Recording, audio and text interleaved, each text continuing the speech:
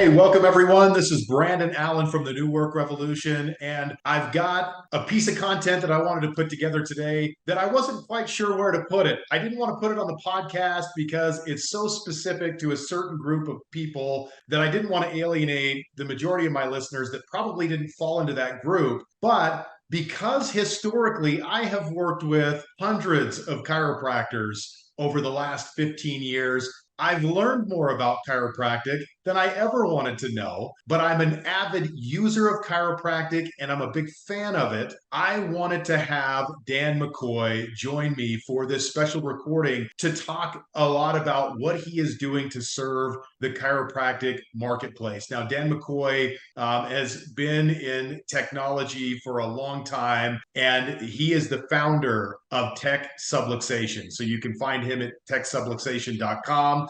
And we caught up recently. Dan and I hadn't talked in quite a few years, but we caught up and he was telling me what he was up to. And I was like, man, not only is that stuff so important and so useful, I was like, man, I want to have you on a video where we can talk a little bit about what you're doing that I can share with clients of mine who are in chiropractic or the people in the chiropractic community who I know follow the work that I do. So you can learn more about what Dan does because I think it's so important for the chiropractic community. So, Dan, welcome to whatever the hell this is. Yeah, we've got a couple of less than normal phraseology that'll be dropped during this little conversation. So thanks, Brandon. I appreciate it. And thanks for having me on. Yeah, so let's just do a brief origin story for you. How did you get into specifically the chiropractic niche? Out of all the niches you could have picked, why was chiropractic the one that you settled on? The simple answer is relationships. So probably, actually over 10 years ago now, which is where we met. We were working with Garrett, and I had this IT company that was serving pretty much everybody. And I noticed really that a marketing message to everybody is a marketing message to nobody. And so, Garrett constantly preached about relationships. And what I realized was that I had a lot of relationships, one, with a lot of chiropractors at the time. And more importantly, that I had just been referred to a chiropractor. In fact, a chiropractor went and found a chiropractor for my kids. At the time, my daughter was just a year old, and time flies. She's almost 14 now. But the cool thing was, these guys just poured into me, and I found out that chiropractic really wasn't about neck and back pain, and that it was more about removing interference and subluxations and things that are really inhibiting our function of our body. And became a patient myself, not just for neck and back pain, and so did my entire family. And we suddenly found that lots of things and challenges that we were having is, getting sick as much as we were, just all that type of stuff just kind of disappeared for the most part because our bodies started adapting. And I was like, wow, so these guys poured into me and my family. And I'm like, there's nobody really serving exclusively in the chiropractic space. So we set out on a mission to understand and learn everything about the chiropractic practice, how they do business, and to see what technology we could put in place, how we could help them grow their practices. Yeah, that's so interesting. And when we talk about technology, just interestingly enough, one of the chiropractors that I see regularly here in Salt Lake, he's been paper for a long time. He literally just barely went electronic with what he does. So I find that sometimes chiropractic can be a little bit reluctant to get into technology. It can be kind of a necessary evil. But you said something interesting to me, Dan, that I was like, man, that's one of the things I want to talk about because I've never really heard someone talk about it this particular way. And when you talked about it, I could see where I've been guilty of switching services a lot. In fact, I use the term being a technology slut because I've tried all the different technologies that exist out there for certain things like productivity and creating lists and all those kinds of things. But you said something interesting that I really wanted to kind of start with. And you said, hey, it's not generally a good idea for a chiropractor to change their EHR system. So tell us about that, man, because that really actually surprised me when you said it. We're emotional beings. We spend a lot of time reacting. You get a bad tech support call with your EHR and you're like, I hate them guys. I want to switch them. There's one major player out in the space that gets a lot of bad rap because of that. And one, because they are the 10,000-pound gorilla, and two, because they, I think the biggest challenge is that a lot of chiropractors just don't know what they need to properly make their technology work right. So they buy an EHR and they expect all their stuff and their problems to be gone. And, it's slow or something's not working right. And they expect the tech support for that EHR to be able to solve all of their problems. And who knows? I mean, you have that particular EHR is primarily based on premise, or what we call server based. And so if you have a problem in your network, or it's improperly configured, or you have old wiring, or your computers aren't up to date, or there's a billion different things that could cause that product to operate more slowly than it should. And, you're expecting it's kind of like, you expecting your doctor to, you had a problem on the way to your doctor's office with your car, and your doctor should know how to solve that problem. Like, it just doesn't make sense. So you're calling a software company to solve a problem that you don't know what the problem is, and neither do they. And there's about 100 different things, from hardware to software. It could be their software. It could be your hardware. It could be the network. It could be the wiring. It could be your network switches. It could be any aspect of it, your Wi-Fi. All the things could be causing the problem. And you're expecting them to solve it. And then when they don't, you're angry at them and you want to switch EHR. Now, first of all, that's misplaced anger. Second, it is probably not in your best interest, because when you start breaking down, all your technology should work to build your practice. We have a model called 3P. It's protection, productivity, profitability. And it's a system through which we work chiropractors to solve the challenges they have, both from a protection standpoint and then from a productivity standpoint. And I'll give some examples in a little bit. And then to actually use technology to drive profit. And your technology should amplify your business, period. Why do you have a website? What's your purpose? Because someone told you should? Or is it drive a specific purpose? Like, what is the goal you want out of that? See, too many docs, I think, are tactical in the way they operate instead of strategic. And so, to the point of the EHR, did you think about how long you've been with them and how many patient visits a week you're seeing and how much data is in that EHR? Okay, 10 years you've been with them and you see 250 patient visits a week, and you've been doing that for 5 years plus. There's thousands and thousands and thousands and thousands of records in there. Point in case, we had a client who had 2 EHRs, one for scheduling, one for notes, and he decided he was going to move to this other EHR, this 10,000-pound gorilla, and he started the process. And he found not only did he have to keep his old EHR up for better part of a year, over a year, but he had to hire a full-time person dedicated to make that transition. And it took them 8 months. And at the time, he was only seeing about 180 patient visits a week. So just think about that, right? I mean, especially if you accept insurance, that's another layer of complication. So it's another variable in there. And so they're going through this process, and then they realize this is painful. Now, let's just say you only have 1 or 2 staff, and they're already maxed out. He lost his office manager in that process. Probably wasn't a bad thing, to be honest with you. But my point is, she quit because it was just more than she was willing to handle. So there's a lot of variables that you don't consider when you enter into a project like this. What's the toll on my staff? Do they have capacity, right? We use the EOS traction model in our business, and there's a concept in there called GWC, gets it, wants it, capacity, and it's part of what they call the people analyzer. So it's analyzing whether that person who works for you, do they get it? Do they get your mission, do their vision? Do they want it? I want more of this. I want to help drive this thing forwards. And then the last one, and the most important one in this capacity is do they have the time? Do they have the emotional intelligence? Do they have all of the things it takes to be able to execute in that position and in your company? And so that's a big deal, right? So there's lots of variables. I just kind of hit on a couple of them. Yeah. And it's very individualistic, but I can tell you the devil you know is much better than the devil you don't. And you hit the nail on the head. I like to say they all suck in one way or another. Just maybe suck less or suck in different ways. Yeah. So you think you're going to go solve this problem, but another area that's important to you, they suck. Yeah. So there's a way to combat that, but it's not everything we're going to solve in one call. So let's talk about this just as a follow-up to what we just talked about. So I'm a chiropractor right now. I'm listening to this and I think, there's some things I don't love about my current system. What do you tell someone? Where do they start if they want to start getting more out of that? Because what I've noticed about technology is there's a limited amount of understanding that we have about it. And usually, and I'll experience this even though I'm not a tech guy. I'll be on a coaching call with a client and they'll complain about their technology in some way. And I'm like, well, did you call them and ask them if they could do that? And Bingo. they were like, no. And then they called them and they were like, oh, yeah, we can totally do that. Here's how you do it. And they're like, oh, like I didn't even know. So if you have someone, there's probably a lot of people listening to this who said, I wish that it was doing more or I could get more out of this. Where do they start? Give us just like a couple of places to start. Yeah, well, first and foremost is exactly what you said. Pick up the phone and ask them, can they do this?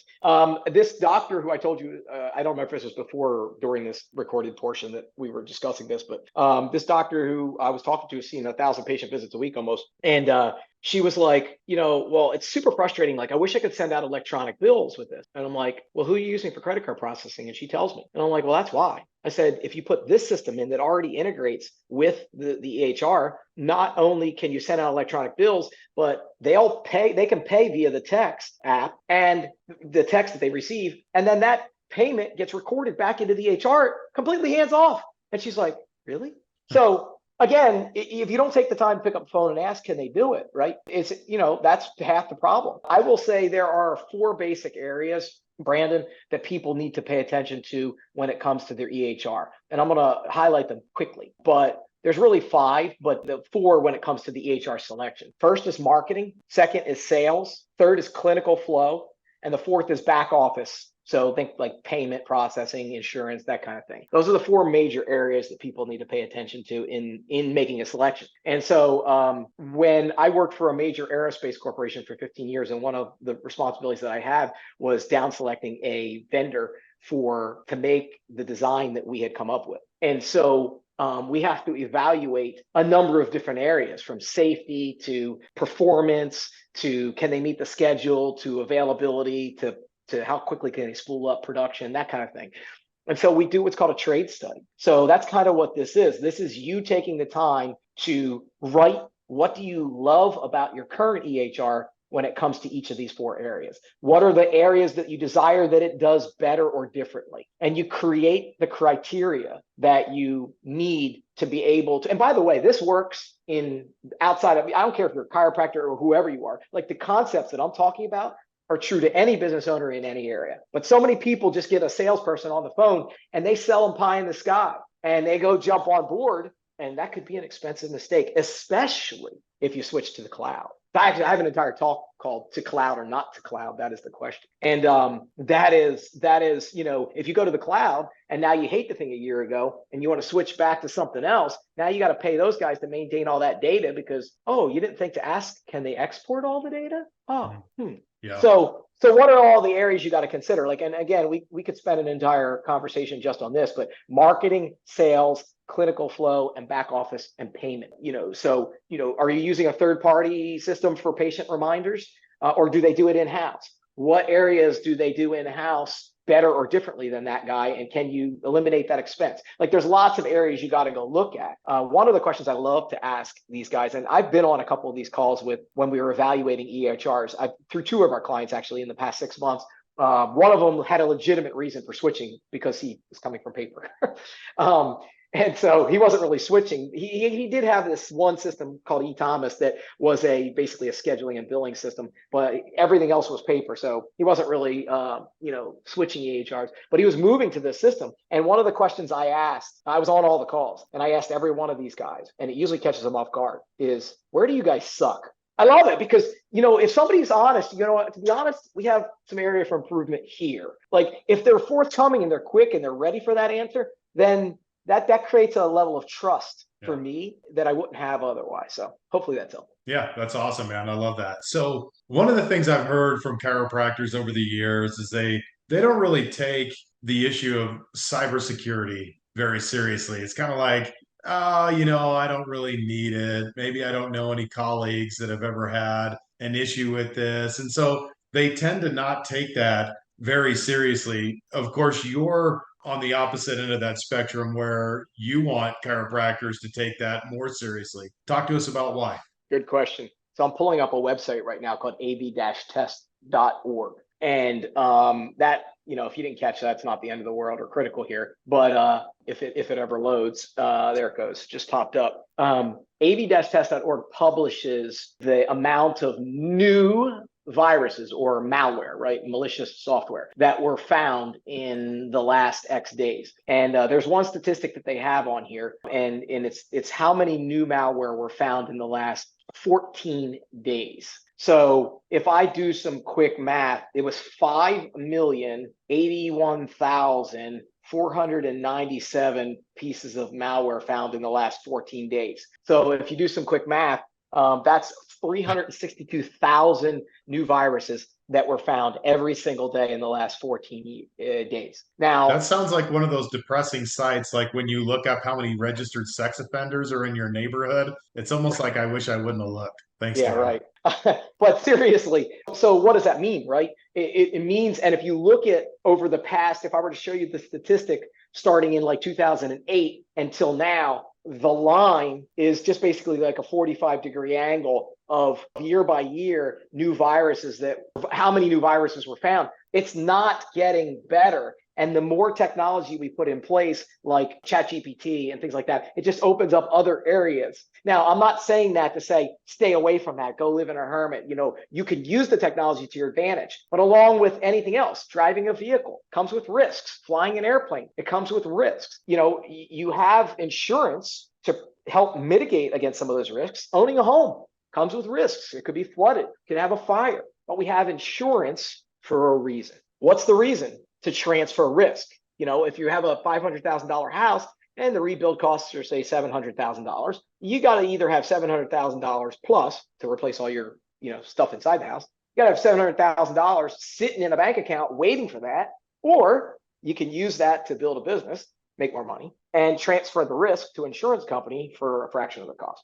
That's why insurance exists. So when it comes to cybersecurity or working with a technology professional like myself on my team, you need to consider, what are the risks? What happens if? What is the impact to my practice? Case in point, you don't think about this from a cybersecurity standpoint, but I just talked with a doc 3 weeks ago, maybe a month ago, who we were referred to because one of his employees was just arrested for viewing child pornography. Now, as sad as that statistic in reality is, the best we can tell, he didn't do it while he was at work, but you don't know because he wasn't using us at the time, or isn't using us at the time, and hopefully will be by the end of the month. But I'm just saying that at the end of at that moment, we didn't have our security in there, so I have no way to look at where this guy went. The best I can do is look through his computers and go, well, I don't see any evidence that he did. That doesn't mean he didn't. But what if the reason they caught that guy is because they were looking at some website or trolling some website where he was downloading it from, and his IP address popped up into that thing, and they got the guy. And then they go check his computer out, and he's got oodles of pictures and things like that. So, but what if, let's go down this what if journey. It was your clinic IP address that popped up on that FBI sting because he was using your computers. It's happened. So I'm just saying that there are risks to not properly protecting. And what are those risks? What are all the holes? I bet you not a single person watching this ever thought that could or would happen to them. Yeah. He's awake now. He's going, hey, we got to protect against this so this never happens again. So there's an example. And you may look at that. That's not even cybersecurity. Like, that's not going to impact his practice from a standpoint of, like ransomware taking out all of his computers. But I promise you, the investigators that were in his office looking all official might have got some looks and questions from his patients. Yeah, absolutely. So there's an example. There's 362,000 new viruses coming out every single day. You cannot ignore this. It's ransomware where it wipes out all of your data on site. Oh, you had backups plugged into the server. Oh, it corrupted them too. You didn't have any off site? Oh, that sucks, doesn't it? Yeah. So, and what does that mean? Like, here's the question. Now, here's the real question. What does that mean for your practice? 81% of small businesses that have a ransomware attack go out of business within 1 year. Now, that's the Small Business Administration did that. Now, the reality is, like, what does that mean? Like, how do you deal with that? What does that take? We have a client, actually, she's no longer with us, but she is a chiropractor who had somebody break in and steal 80 patient folders that she had not locked up off of her front desk. The computer was right below it, but we think because he was on foot, he couldn't have schlepped it out of there. He took those. And so she had to go through a HIPAA report. It cost her $5,000, and she had to notify all of her patients. And she lost 3 patients as a result of that who were what's the word I'm trying to say here? Irritated, frustrated. I can't think of the word I was trying to say, but they were absolutely blown away that she was so careless to leave their patient records out and not locked up at night. Yeah, absolutely. So I'm just saying there's lots of examples, Yeah. but you've got to pay attention to it. It can impact your business. It reminds me of something that I do when I negotiate new partner agreements for people who want to partner in a company or bring on new partners. What are all the worst case scenarios? Divorce, drug addiction, harassment, abuse, all the things that you would never think of. These are the things you got to think of and prepare for because it's possible. If you've ever heard a story, if you've ever seen a story in another market, that could certainly happen in your market for sure. So I think that's such an important topic. So let's get into our last topic here. And this is something we could spend probably hours talking about realistically, but you brought this up, and I think it's so important to consider this because I think, and I'm guilty of this at times, not thinking this through like I should. So you said tech should be strategic. And I think that's such an important concept for any business owner. And this is a part that really applies to everyone. But when we're talking about chiropractic specifically and the strategy around technology, give us some of your thoughts around that statement and why you made it. Yeah, I'm going to pull up to the 10,000 foot level in an area that you will relate to very well. In our lives, in everything we do, from school to parenting or to being reared by parents as we grew up, in just about everything, we are taught what to think. We're taught what to do. Think about it. You go to school for 13 years, then you go to college, and then you get a job. Then you retire, then you die. I just simplified a very morbid life, but that's the reality, right? And we've all taught against this concept, right? We're entrepreneurs, we're free thinkers, we think differently, except we still carry all this baggage from growing up into our businesses. And we start taking the tactical thinking and we apply that to our business. Case in point, everybody knows they should back up their data, right? You got data, hopefully backed up. You got Word documents, you got Excel documents. Hopefully it's backed up. Hopefully in theory, that's true. Hopefully it's backed up off-site and on-site. Hopefully it's encrypted if you're a chiropractor, especially. Everybody knows you're supposed to back it up. Now, whether you do it or not, it's a different thing. That's execution's a whole different problem. Everybody knows you're supposed to. So that's the tactic. But few people ask the question, which is the strategy.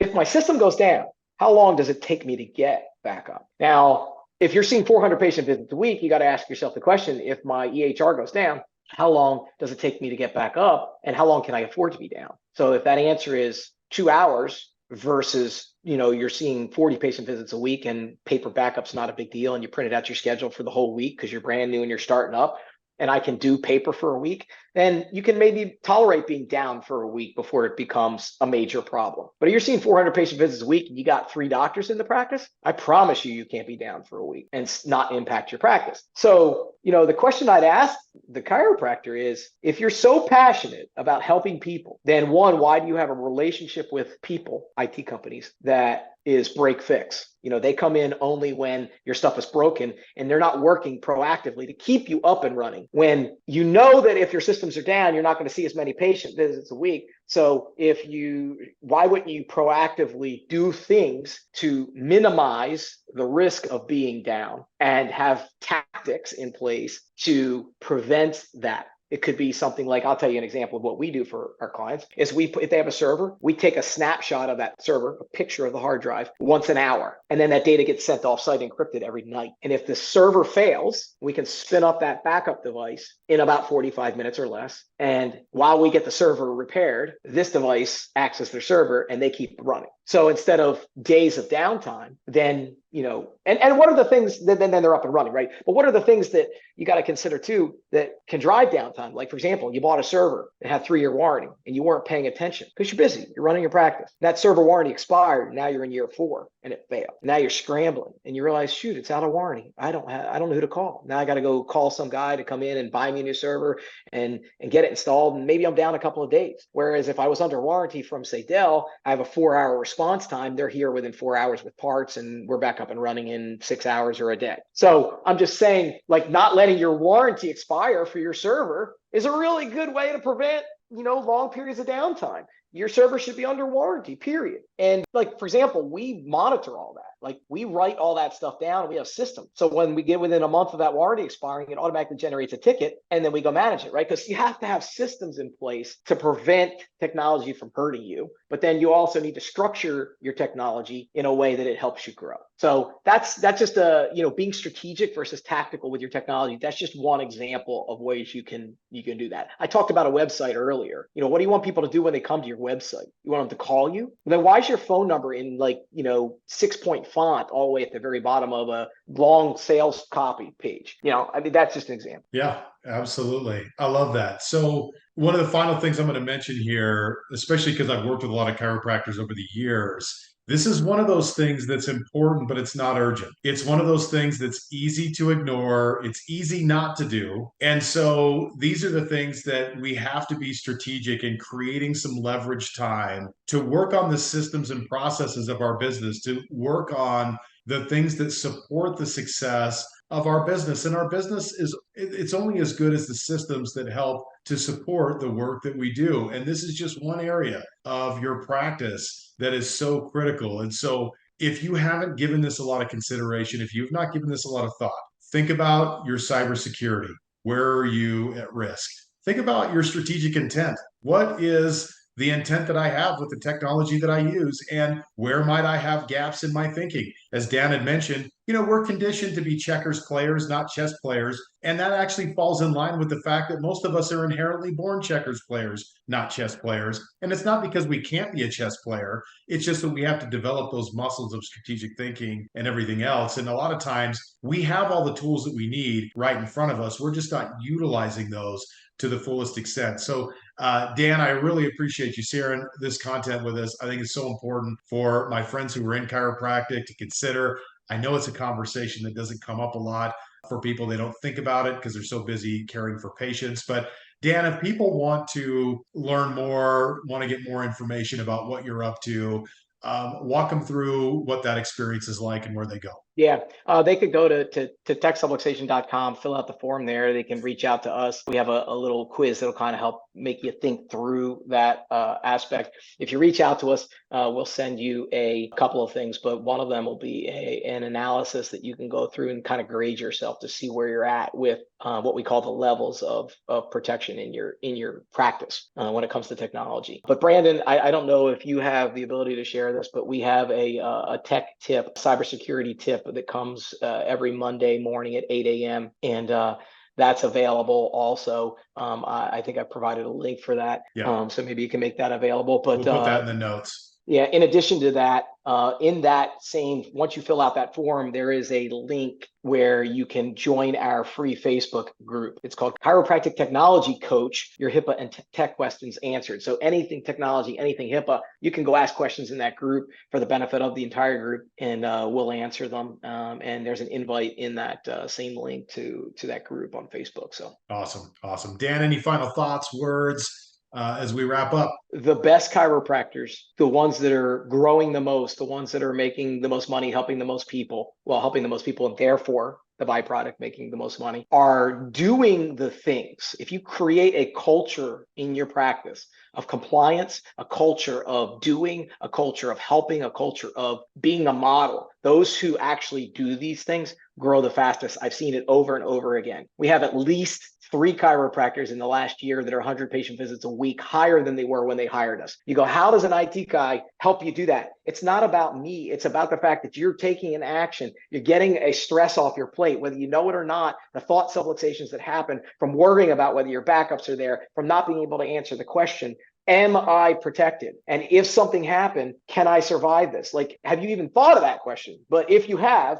and you don't know the answer to it, there's little things that happen in your practice, in your mind, when you're in your practice. And when you offload that and you have the freedom to think and focus on the things that actually grow your practice, well, your practice grows. One final quick story. We have a client who we've been working with since 2015. In 2015, he had his former IT guy took an unencrypted hard drive with 8,000 patient records on it offsite, and they lost it. And that process went on for about 2 months. That's when we got involved. We actually forensically proved that the idiot IT guy actually took a blank hard drive offsite. But had he not, it could have been a big deal for them. And they were looking at a lot of fines and things like that. And a year later, we were doing a business review, and he looked at, I don't understand what happened, but during a 2-month period in March to May, he says, we dropped $200,000 in our practice revenue. And then it hit him. It was during that time that he was going through that breach.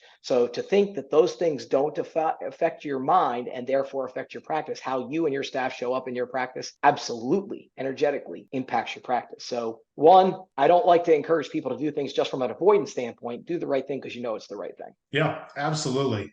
So as we wrap this up, leaders in chiropractic, you are a steward. You are a caretaker of the work that you do. And that means the environment which it's done in, and not only just taking care of patients and making sure that they get better and that their life is better, but protecting their information and all the other things that go along with doing the work that you do. I have a purpose. I like to do things like this. Dan has a purpose. He just talked to us a little bit about that. You have a purpose, which is treating patients and improving their quality of life in their healthcare journey. And so, isn't it nice to be able to not worry about important things because we're utilizing other people's purpose? And so, the purpose of this is to really connect you to ideas and things that you can do to get the support that you need to help you stay present and productive in the work that you do. So I'm really thankful for Dan for taking some time out here. I hope that as you're watching this, those of you in the chiropractic space,